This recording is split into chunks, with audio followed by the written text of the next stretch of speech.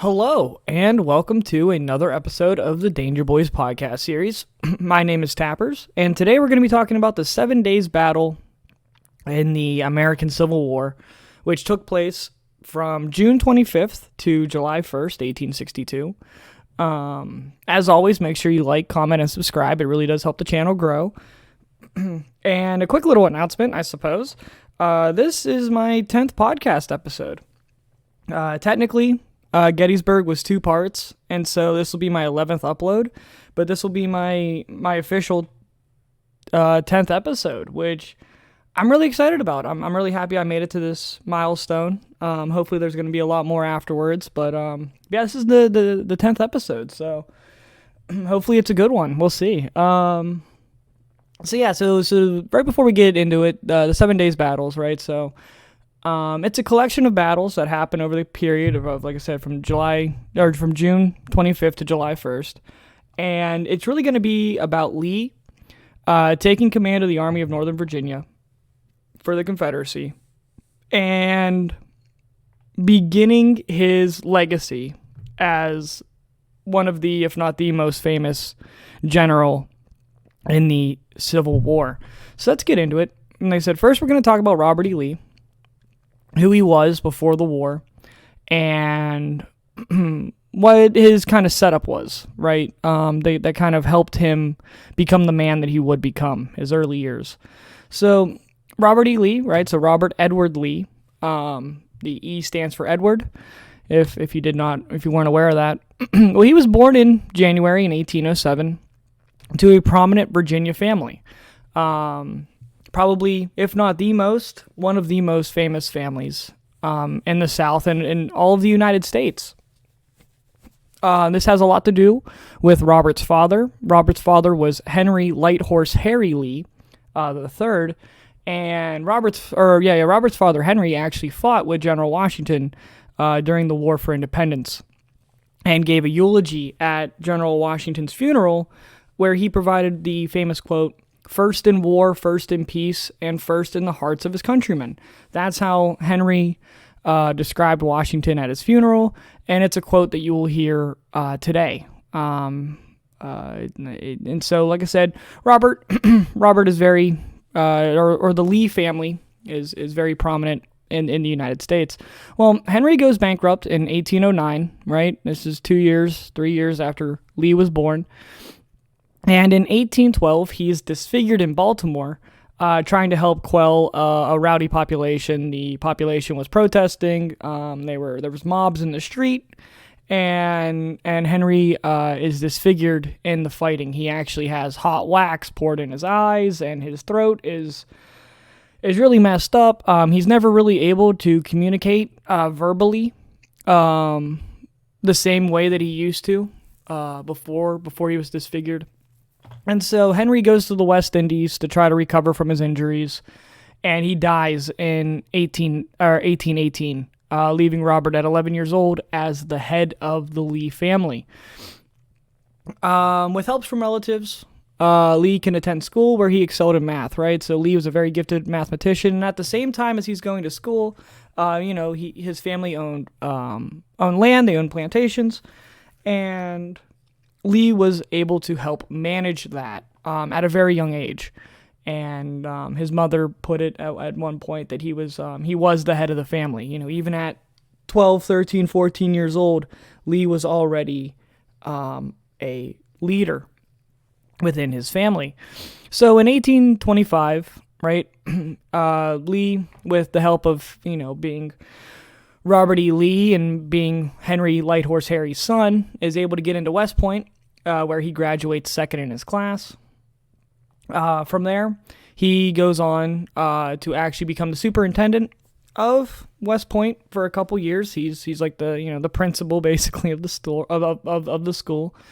And afterwards, he goes on to work for the Army of Engineers. Lee oversaw the construction and maintenance of forts on the East Coast of the United States. Right, not a whole lot going on. And then in the Mexican-American War, Lee is brought on to be part of Winfield Scott's entourage, where he dutifully does his job and stands out because of his performance, right? Winfield Scott liked Lee, took a notice of Lee, and could see the potential. Many people during the Mexican-American War said how much potential Lee had as a leader in the future. To the point where, at the beginning of the Civil War, whenever Fort Sumter's going on and the states are starting to secede, Winfield Scott asked Lee to command the Army of the Potomac, which would be the main Union fighting force for the entire war. And Lee turns him down. This is a very difficult decision for Lee, though. I don't want us to immediately assume that, because we know Lee goes on to fight for the Confederacy and that this was an easy decision for him, that he immediately turned him down. He thought about this for a very long time. He consulted with friends. He debated this for a very long time because, again, Henry Lee, right, Robert's father, fought with George Washington. The whole reason why the Union exists in the first place is because of men like George Washington, who Robert E. Lee admired greatly, like his own father, Henry Lee, who Robert was not especially affectionate towards because, of course, his father kind of, ruined the family and abandoned him.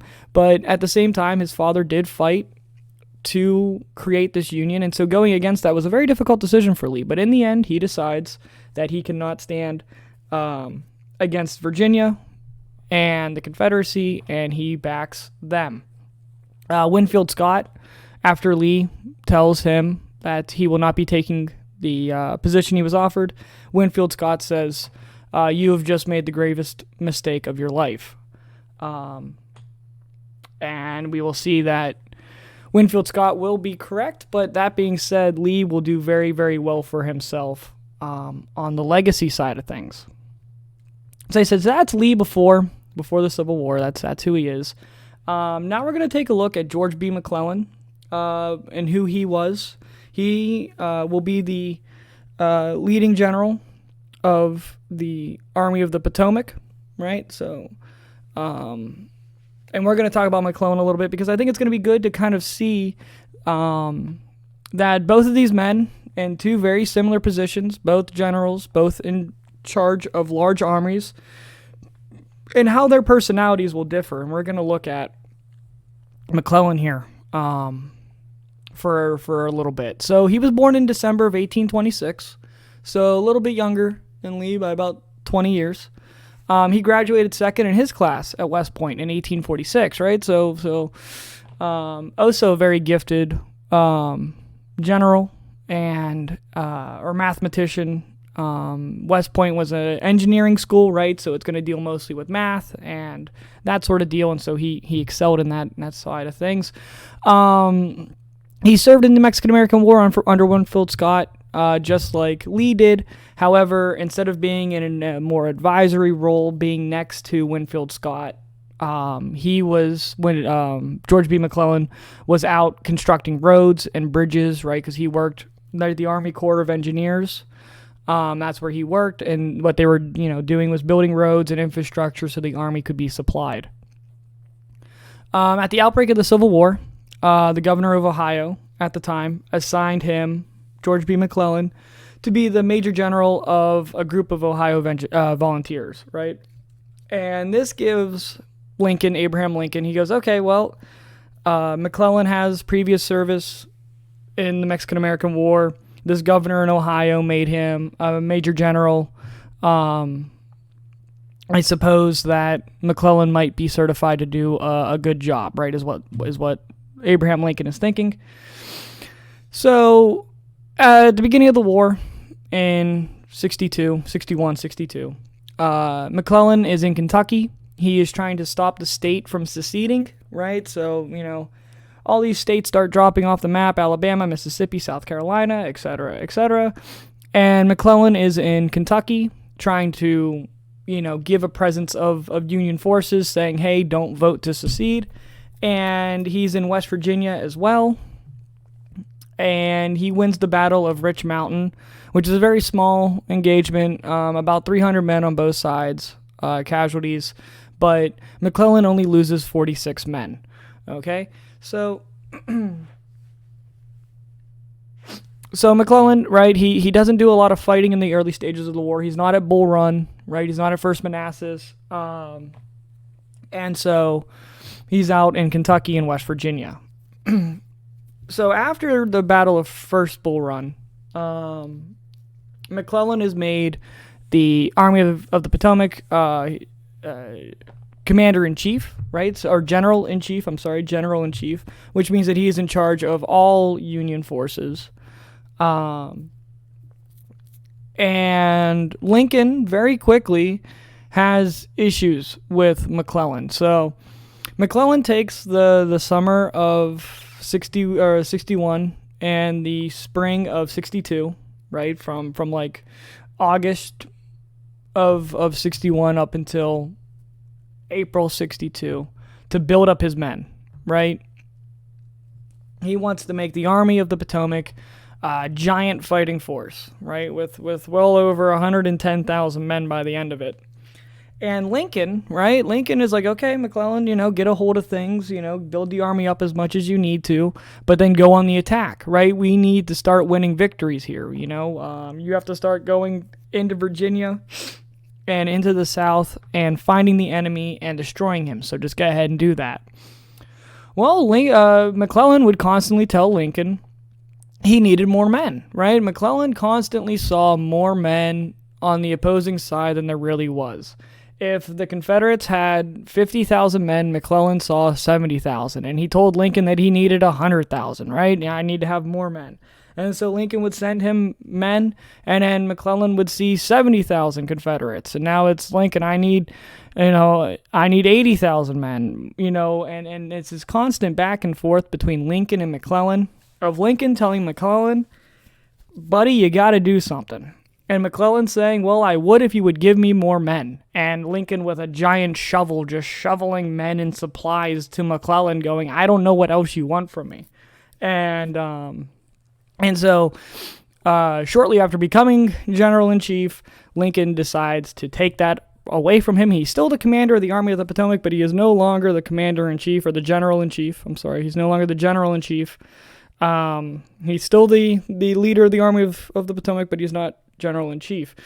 And so we're going to see this throughout this podcast episode of McClellan being slow, being unwilling to attack.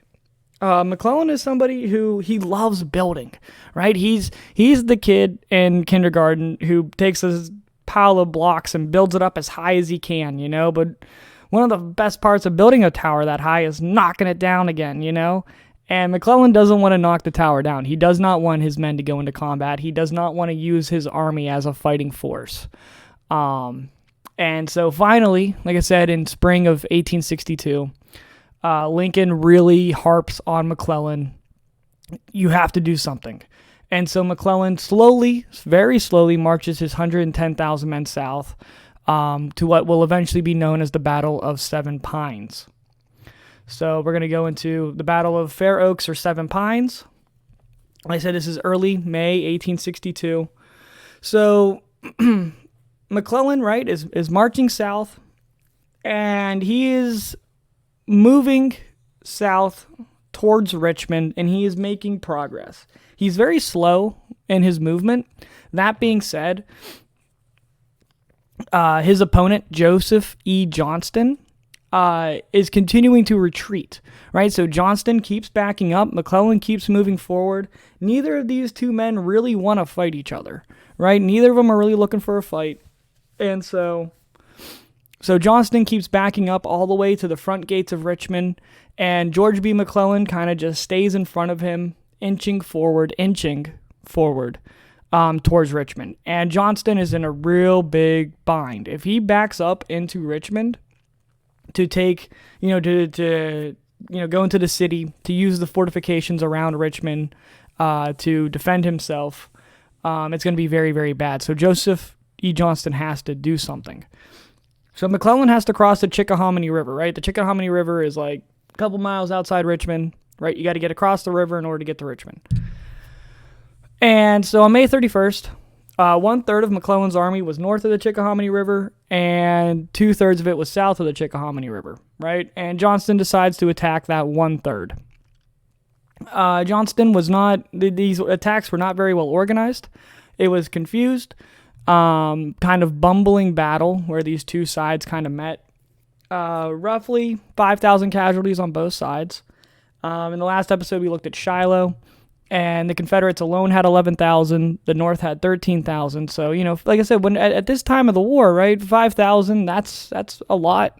But it's not astronomical. It's nothing like we're going to see later. And when we go into the actual battles of the 7 days, this is not quite the 7 days yet. We'll see how big those numbers can get. McClellan loved his men. Like I said, he loved building the army up. He loved making it big and strong, and he loved his men. And the men loved McClellan. They did. They loved him. But riding out across the battlefield, right after Fair Oaks or Seven Pines, McClellan is riding across the battlefield, listening to the wailing of his men, looking at the bodies, and he turns away, right? He turns away and he rides away because he can't bear to look at the devastation that war brings to his men. After the Battle of Seven Pines or Fair Oaks, he tells a friend of his, "I was upset by the mangled corpses, and victory has no charms for me when purchased at such costs," right? So McClellan is not very, it's admirable, I suppose, that he does not want his men to die, right? He loves his men. He does not want to see his precious army destroyed.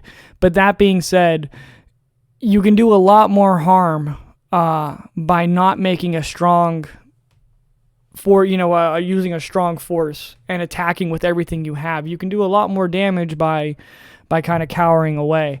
And so McClellan, this is one of his major drawbacks as a commander, is that he hates to have his army fight. Well, the reason why Fair Oaks and Seven Pines is so important to us for this is that Joseph E. Johnston is wounded. He takes shrapnel to the chest, and this gives clearing the way for Lee to take command of the Army of Northern Virginia, right, under Jefferson Davis, right? So Jefferson Davis is a hands-on president, right? So Jefferson Davis is the president of the Confederacy, right? And he is a very hands-on guy. He wants to be commanding troops, and he wants to be in on the meetings that Lee has. He wants to know everything, right? And we'll see, or we won't talk about it a lot, but just know that Robert E. Lee is very, very good at keeping Jefferson Davis happy. So whenever Lee takes control, right, Southern people assumed the worst, okay? So when we think about Lee in today's world, Lee is a fighting general. He's the best chance the Confederates have. At the time, in May of 1862, with Joseph E. Johnston on the run, and now Lee is taking over. But like I said, before the war, Lee spent most of his time building forts, right, and maintaining forts. And people said, okay, Robert E. Lee is going to take control, and he is going to do the exact same thing Johnston did. He will keep backing up, he will keep retreating, or he'll bunker down and try to hold a defensive line, but he will not attack. The Southern people wanted someone who would attack. And so they gave the Lee nicknames Old Granny and Old Stick in the Mud.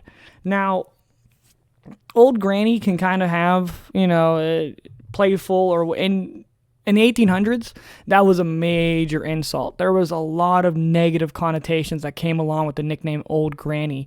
Lee would be able to prevail and shake off these nicknames. A lot of generals, though, were not. There were a lot of generals who had the nickname Old Granny, and it stuck with them for the entire war. Lee, not so much. But yeah, so whenever Lee takes command of the army in 1862, people in the South were not optimistic. So in early June 1862, right? So end of May, Johnston's hurt. Lee takes control. And then Lee spends pretty much all of June getting control of his army, maneuvering and rearranging and reorganizing. That was the word I was looking for. He wants to reorganize the army to get commanders that he wants in charge, to get regiments organized. He drills the men. He spends most of June, like I said, organizing his men. Stonewall Jackson is taking part in what is called the Shenandoah Valley Campaign during this time, late winter, early spring of 1862. And so Lee calls Stonewall Jackson back, and this gives Lee a total of around 90,000 men, which will be the largest Confederate force of the war. Okay, there will never be a larger Confederate army in the field for the rest of the war. This is the biggest so far. As I said, Lee spends most of June in 1862 strategizing and training the men.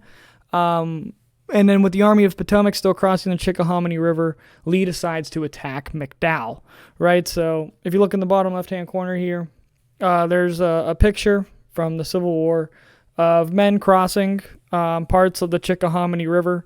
You can see you got these kind of built-up bridges where there's logs kind of haphazardly thrown in there, and you got wagons going across one at a time. McDowell had 110,000 men, and so the Chickahominy River is proving to be quite an obstacle for him, as well as a supply hub, but we'll get into that later. All right, so the first contact with Lee, okay? So like I said, pretty much all of June, Lee is building up his army and planning, and now it's time for him to put his plan into action, okay? So the first thing Lee does, and this is a very common thing with Lee for the rest of the war. We talked about it in Gettysburg. We talked about it in Fredericksburg. Whenever Lee is in control of an army, there's a good chance he splits it up, right? And so Lee divides his army, right? So he takes 3 separate columns, and they're all going to march on different roads at different times, and would march or attack based on the advantages of the field, right? So if he tells his generals basically, hey, the Union is somewhere over in this direction, you're going to move in that direction. If you come across the enemy and you think you have the advantage, take the fight to them. If not, make the decision. He gives control to his generals to make the decisions that they need to at the time. The main goal Lee wanted to disrupt the supply line of the Army of the Potomac. Army of the Potomac, like I said, 110,000 men. They need 600 tons of supplies every day. 600 tons of supplies every day. That's what the Army of the Potomac needs. And so Lee knows that if he can disrupt this supply line, if he can get the Army of the Potomac away from that 600 tons of supplies a day very quickly, the Army of the Potomac and McClellan will be in very serious problem. McClellan, however, is not dumb, right? Okay, he might be very timid man. He might be a little bit of a coward. That being said, McClellan is not dumb. So he realizes that Lee's up to something. He realizes that something's going on. And so McClellan sends out a large reconnaissance force to try to figure out where the hell Lee is. And this results in the Battle of Oak Grove. Union troops, right, fight with Lee's troops. It's not a huge skirmish, but the Confederates fall back, right, because they were looking for the advantage, right? They only wanted to attack if they had the advantage. They did not necessarily have the advantage, so they kind of fell back. And the Union troops, they also fell back. Remember, this whole time, the Confederates are on the run, right? The Union is about ready to walk into Richmond, right? And so whenever they see the Confederates kind of back away, they go, all right, well, Johnston, was retreating, Lee's retreating. The Union troops think that the enemy is done fighting, and so they pack up their bags and they head back to camp, which gives Lee the greatest gift he could possibly ask for, which is time, right? It gives Lee more time to maneuver, to plan, to do whatever he needs to get done. And McClellan kind of screwed the pooch on this. All right, so the Battle of Mechanicsville. So June 26, 1862. Okay, so this is all the 7 days. Okay, we go back to Fair Oaks or Seven Pines. That's not the 7 days. That's just Johnston's last day of commanding before Lee takes over.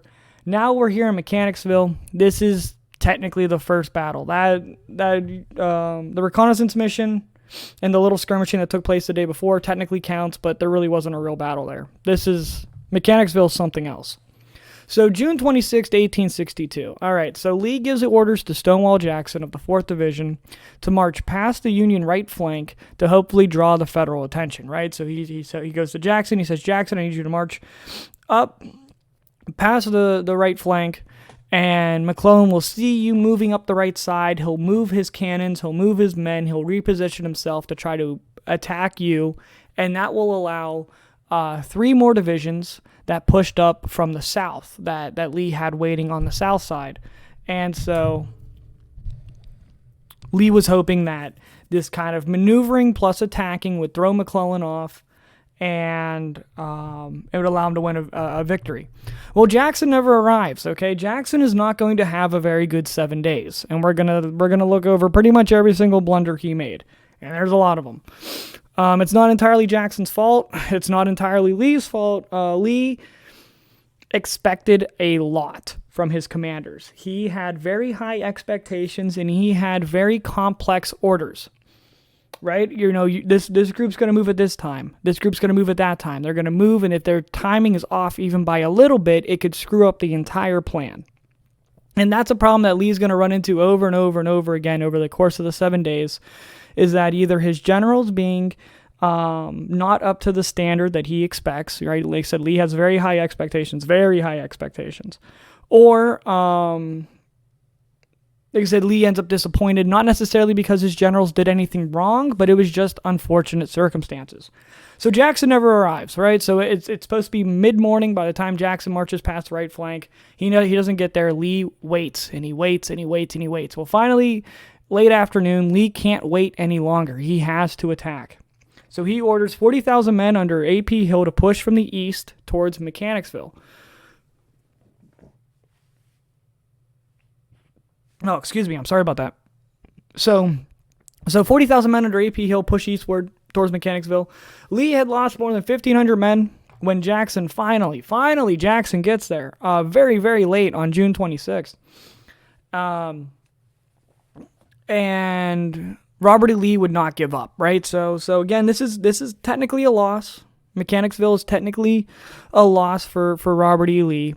But he didn't lose his entire army, right? Like I said, he lost 1,500 men, which is not small, but it's not huge either. It's about as well as you could hope for. And Robert E. Lee would not give up, which the South loved. Like I said, this is one day. We got a bunch more days to get through here. It's battle after battle after battle. So, Battle of Gaines's Mill on June 27th. Okay, so Union forces fall back. So after Lee commits this assault at Mechanicsville, the Union forces fall back to a crossroads known as Old Cold Harbor and Gaines's Mill, which is they're kind of near each other. So Union forces fall back, and Lee again orders Jackson to move around the Federal right flank to capture the crossroads known as Old Cold Harbor. But Jackson was slow again, and this is something we're going to talk about a little bit. Lee had no maps, right? Lee had no maps. Jackson has no maps. They don't really know the area that well, and so they're relying on local guides. Well, there's new Old Cold Harbor, and there's Old Cold Harbor, and so Jackson's guide thought they wanted to go to new Old Cold Harbor, not Old Cold Harbor. And so by the time they realized the mistake was made or whatever, Jackson starts moving in the right direction towards Old Cold Harbor. So again, Jackson is slow, not entirely his fault. His guy didn't know where he wanted to go necessarily. There's confusion there. And Lee prepares an all-out assault on the Federals, right? So Lee wants to destroy McClellan. He does not want to just get McClellan out of Virginia. He doesn't want to just attack a bit. He wants to all-out punish the North. He wants victory. He wants definitive victory. He wants to crush the army. That's what Lee wants during the 7 days. That's why there's so many battles in a row, because Lee just can't get that massive win he's looking for. So, 50,000 Confederates were involved in fighting at Gaines's Mill. Like I said, every troop that Lee could get into battle, he forced. A.P. Hill is still moving from the east. Lee, like I said, had very little information. He had no maps. And so the army was his eyes. So what would happen is that Lee would order an assault forward, the army would push forward, and then the survivors would come back and say, hey, look, there's like 20,000 of Federals over here. There's, Union over here. They're holding this road or whatever.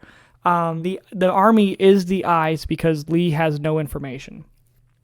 So Jackson finally arrives. Like I said, his guide gets him going in the right direction again. Jackson finally arrives.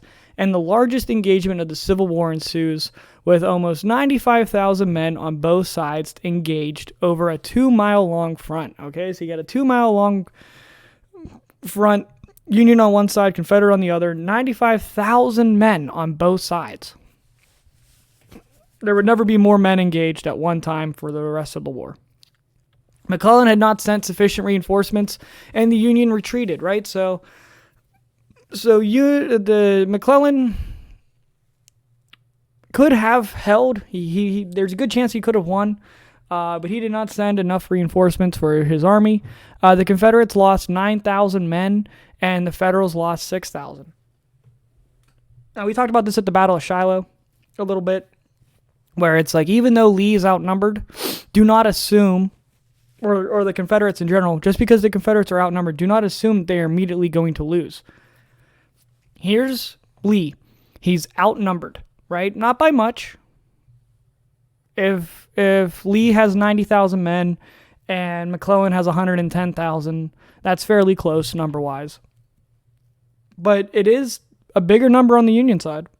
And Confederate casualties were 9,000, and the Federal casualties were 6,000.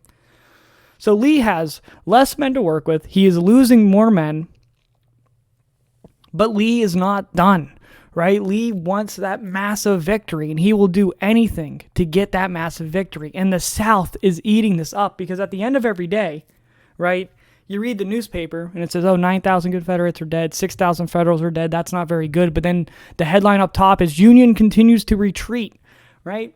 Lee, he's on the ropes. He gets off the ropes, and he's fighting back. He's punching with everything that he has, and the South is eating it up. So that's the Battle of Gaines's Mill, right? 2-mile long engagement, and biggest fight, largest amount of men on both sides.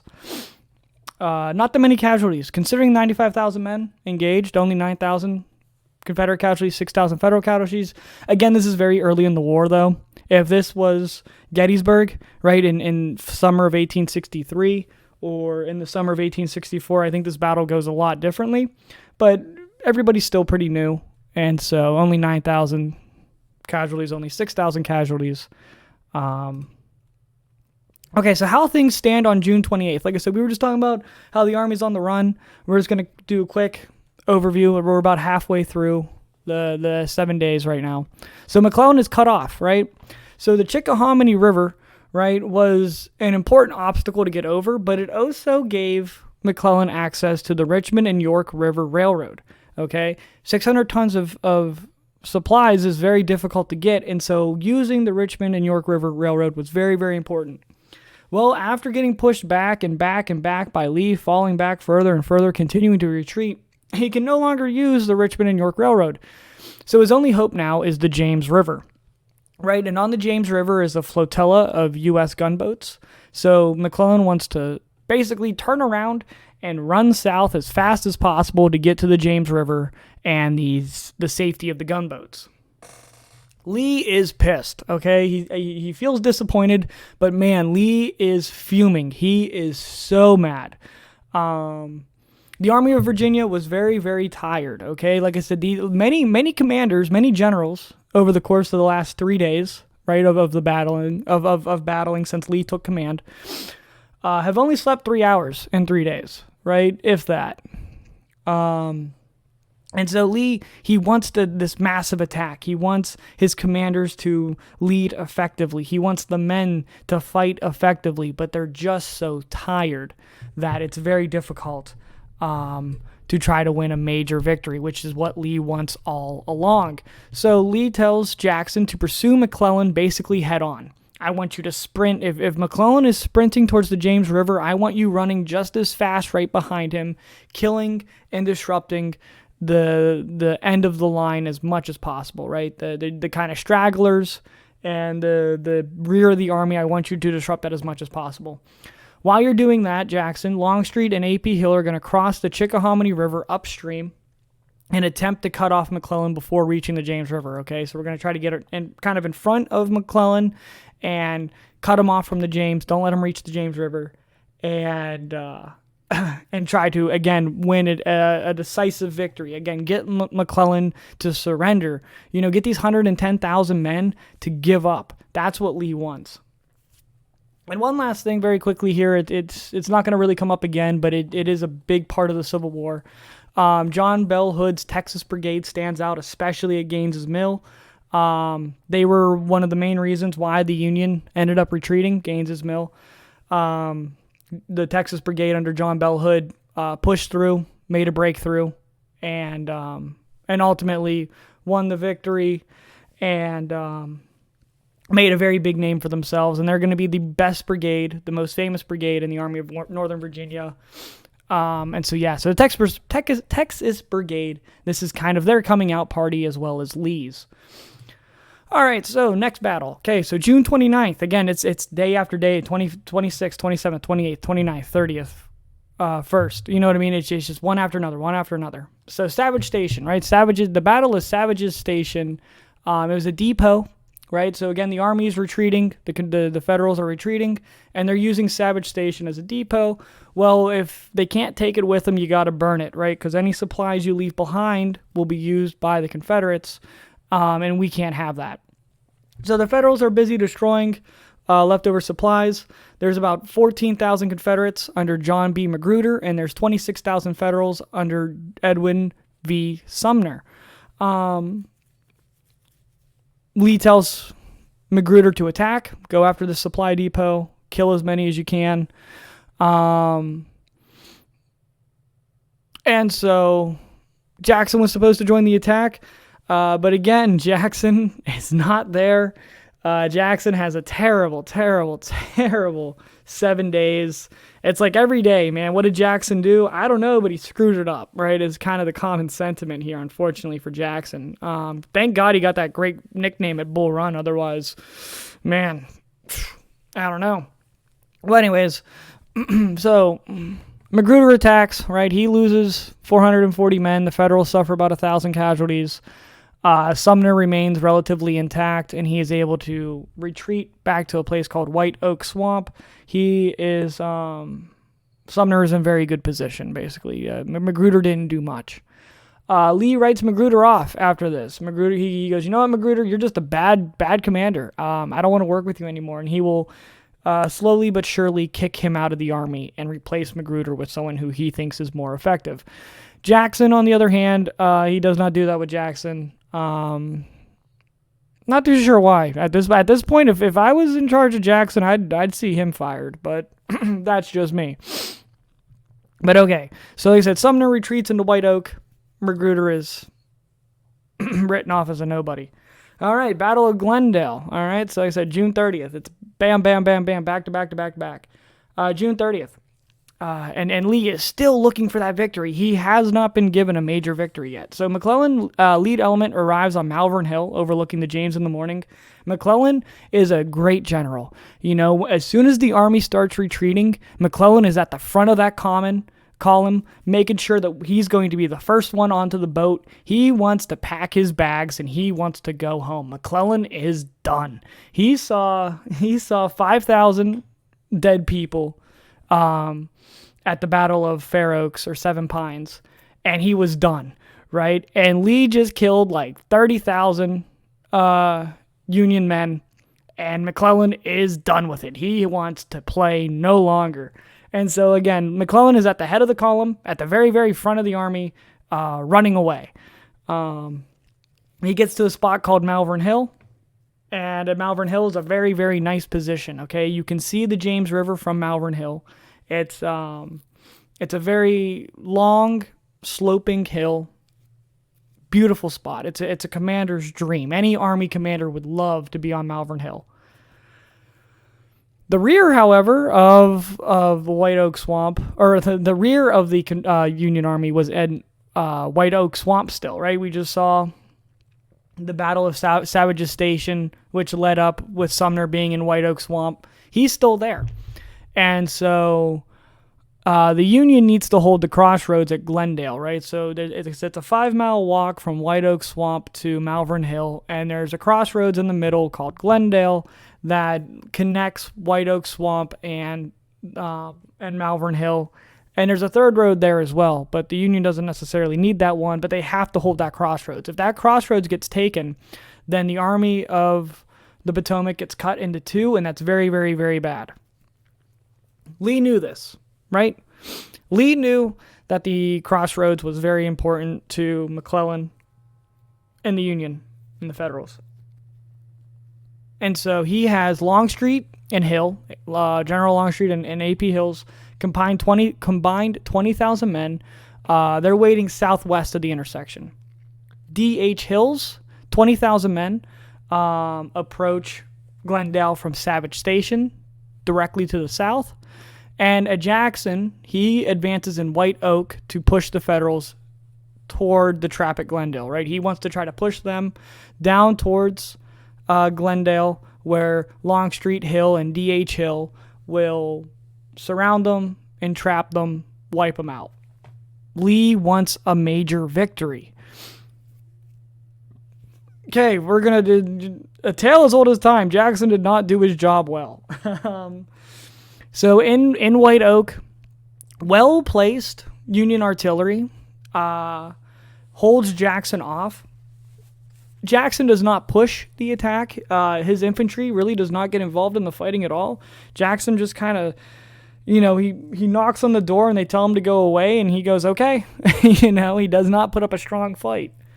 And so Lee tries to do something with D.H. Hill's 20,000 men and Longstreet and Hill's men. He tries to do something with these guys, and it just doesn't work out. There's poor communication, and the Union have very good artillery. I mean, credit, it's not just Jackson refusing to attack, or it's not just the miscommunication. The Union commanders under McClellan. McClellan is terrible, okay? McClellan is very, very, very, very bad at his job. McClellan is a very terrible leader in battle. But the men under him are very good. Right, or a lot of them are very good, right? These are the same men who will go on to continue to fight in the war, right? McClellan won't, but the men under him are doing a very good job, even if McClellan isn't. And so the strong artillery attack prevents Lee from being as effective as he would like. Jefferson Davis is on the field, right? Again, Jefferson Davis wants to be a hands-on guy. He wants to be someone who's commanding troops. He wants to be someone who is aware of every decision that's made on the Army side of things. He wants to be a general. Basically, he doesn't want to be the president. He wants to be a general. And as the president, he's allowed to do that, right? So him and Lee are on the battlefield at Glendale, watching everything kind of ensue. But they actually come under artillery fire, right? Davis and Lee both start taking shells in the area. They kind of back up. Longstreet and Hill launch attack after attack. They're just sending Union or Confederate troops up into Glendale to try to take the crossroads. But Federal reinforcements continue to arrive. Okay, so Longstreet and Hill, they launch attacks. They will break up the Union line. They'll destroy units even. These Longstreet and Hill are doing a very, very effective job of destroying the Union line. The problem is that every time they destroy a brigade, another brigade comes up to reinforce them. So they're not getting anywhere. The Confederates lose 3,600 casualties. The Union 2,700 casualties. So that's the Battle of Glendale on June 30th. And with McClellan up on Malvern Hill and the Union able to hold Glendale, Sumner and the rest of the troops at White Oak Swamp are able to get through Glendale and to Malvern Hill. They're able to consolidate all of their troops. Okay, Malvern Hill. Lee is frustrated. Okay, if Lee was mad before, if he was pissed before, he is really pissed now. Lee has wanted more than anything to destroy the Federals.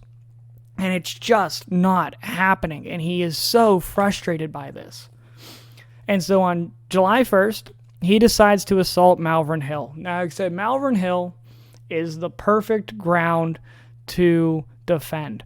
I've talked about this so much in the Civil War podcast episodes, but I'm going to talk about it again because it's just that important. What you do, right, in a Civil War battle is you don't attack head on, you attack from the flanks, you try to outmaneuver your opponent. Malvern Hill will not allow that. Malvern Hill is one long slope going straight up, and there's sheer cliffs, or not cliffs, but hillsides on all around in a giant horseshoe that you can't get up the sides. There's only one way to get up Malvern Hill, and that's straight up. And it's a long, sweeping, open ground, wheat fields, and so the Union can just stand up on top of Malvern Hill and shoot down with total devastation. So Lee, right? So Lee, he urges his army forward on July 1st. He says, we're going to attack. It's great ground. I would love to defend this position, but we have to get this done. We have to attack. And strong artillery, right, positions were created on top of Malvern Hill, just waiting for the Confederates, right? Just begging the Confederates to walk up the hill. And Lee and Longstreet's attack, right? So the plan, Lee and Longstreet, they sit down, they create a plan. Their plan is to have a large artillery strike to disrupt the Union position, and then strong infantry assaults would follow, right? So we're going to bang, bang, bang, hit them with cannons, and then sprint up the hill as fast as possible and take them out. Well, again, miscommunication, right? Lee and his generals are not communicating effectively. And the effective use of Union artillery, again, the Union artillery, very good. They stand out, even if McClellan is terrible. The Union artillery does a very good job. And so Lee tries anyways. He marches men up the hill because, damn it, I'm going to get this victory one way or another. They were slaughtered. They were slaughtered by the thousands. D.H. Hill, commander, who had 20,000 men, at the Battle of Glendale, which we just looked at. D.H. Hill went on later to write, this was not war, it was murder. 3,000 Union casualties, 5,000 Confederate casualties. I believe in every single battle, the Confederates have lost more men than the Union. But McClellan continues to retreat. Again, okay, so I forgot to put this in the slides. I should have. McClellan is not on Malvern Hill at this time. He is not. He's not on Malvern Hill. He's like on the gunboats, man. He's like on the James, like with his like little duffel bag. Like, I want to go home. I want to go home right now. I don't want to play anymore. McClellan is done. He's done, more than done. He's done. So McClellan is not near the front at all. He has run away. He wants nothing to do with this. And so after the 7 days, right, McClellan retreats off Malvern Hill, the perfect ground. I don't know how else to really reiterate it, but like how important it was that McClellan holds this ground. He could have sat on top of Malvern Hill for months if he wanted to and just menaced Richmond. I mean, he's still within 20 miles of Richmond on Malvern Hill. He has the Union flotilla. He can get supplies. There's no reason for him to leave Malvern Hill. It's the best ground that he could possibly ask for, and he can hold Lee at bay for months. McClellan wants to go home. McClellan is so done with everything that he retreats. His subordinates call treason, and there's actually a trial. The U.S. Congress holds McClellan responsible for this because they consider what he's doing treason. That is how, not necessarily incompetent, it is incompetency. Yeah, that's what it is. McClellan is so incompetent that the United States government wants to hang him for treason. Now, it doesn't come to that, but he does go on trial. Lee is revered by the South. The South freaking loves Lee, man. They thought that he was going to show up and he was going to hide and he was going to retreat like Johnston was doing. And what does he do? He attacks. Day after day, he attacks. He forces McClellan to retreat, and the South loves him because he is a man that is going to put up a fight.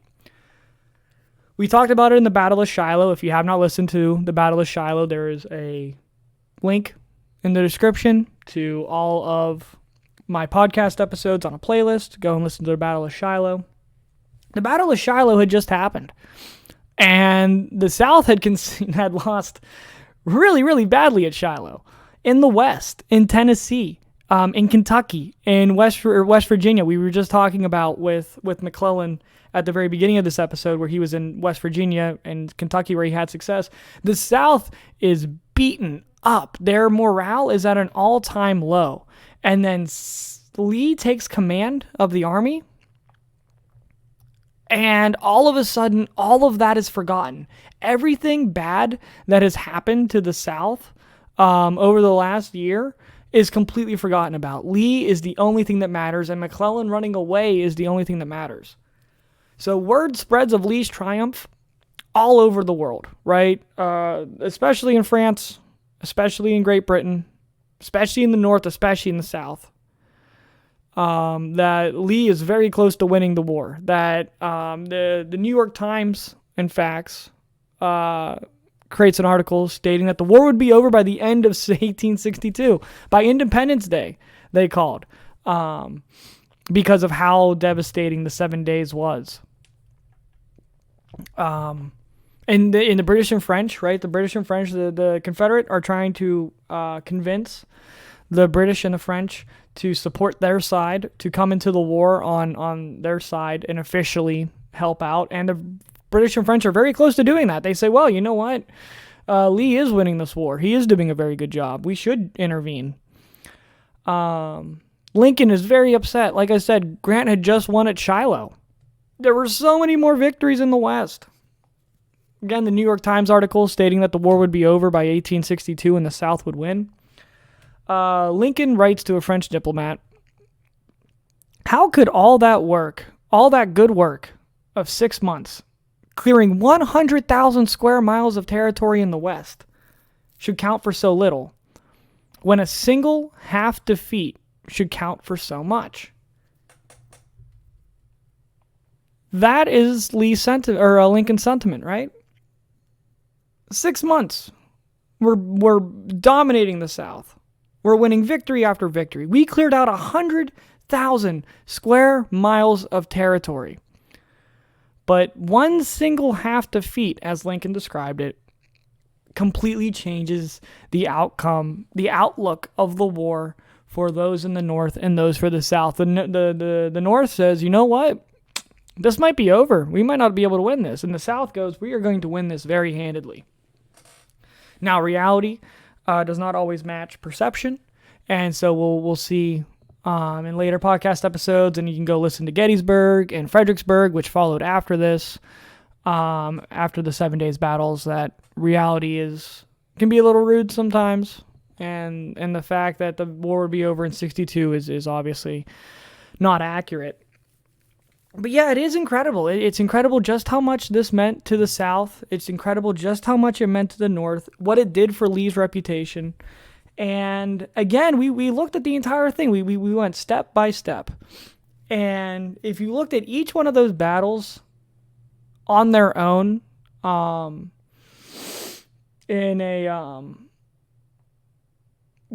of them stand out.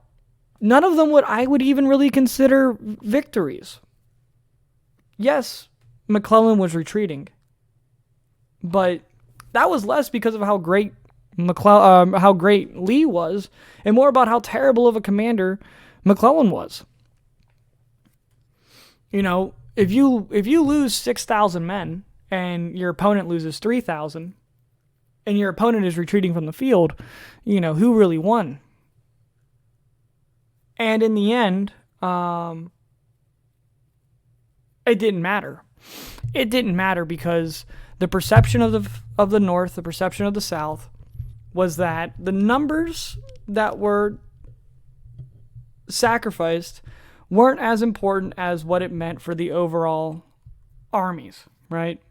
In that, yes, we might have lost 6,000 men. Yes, we might have lost, over the course of these battles, 12, 13, 15,000 men, 20,000 men. But that won't matter because McClellan is on the run. And again, going back to Lee being a very good at pleasing Jefferson Davis, Lee was also very good at the public side of things, making sure that the public was happy with what he was doing and keeping attuned to what the public wanted. And so Lee, not only a gifted general, but also a gifted diplomat / politician, And that's how Lee's star shines so bright at the end of this. But yeah, so that's the 7 days, man. That's the 7 days. That's how... There we go. I started the jazz music a little earlier this time. I was thinking about putting it underneath the entire video, but I feel like that would have been a little too much. I just like it at the end here for a little end card when I'm wrapping things up. But yeah, so like I said, that's the Battle of the 7 Days. That's Lee's coming out party.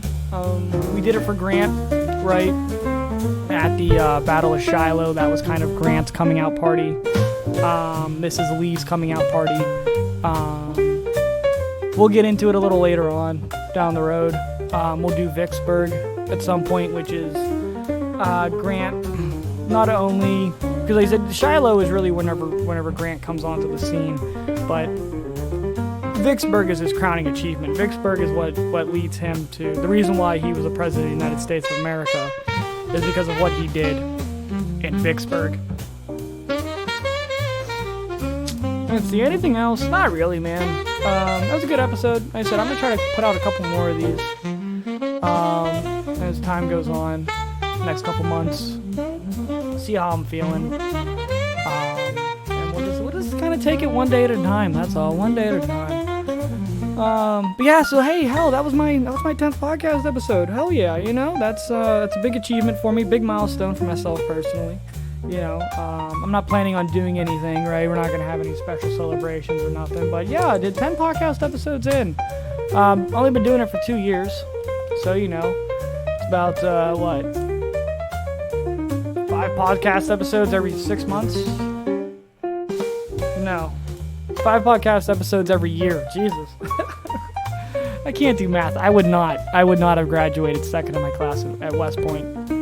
I can't do math. But yeah, so what, 10 episodes, 4 years, 3 years. Yeah, not terrible. Yeah, like I said, we'll see how the next couple months go. Yeah, that's all I got, man. So, hey, namaste.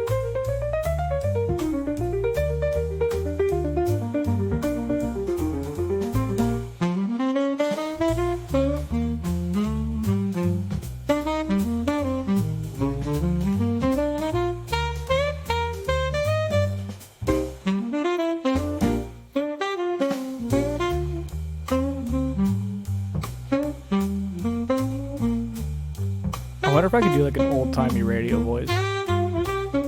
Hello, all my cool cats and jazzy girls. You're listening to the smooth sounds of the Danger Boys Podcast Jazz Network. No, that's terrible. But seriously though, shout out to my man Navarez for uploading this for free. If you guys need any free music for whatever reasons, it's called The Dancing Owl. It has 126 subscribers as of... what is it? September 16th. So, you know, if you need some music, he does like a whole bunch of shit. He got a whole catalog up there, so, you know, check that out. But alright, seriously though, I'm done. I'm out of here. Namaste.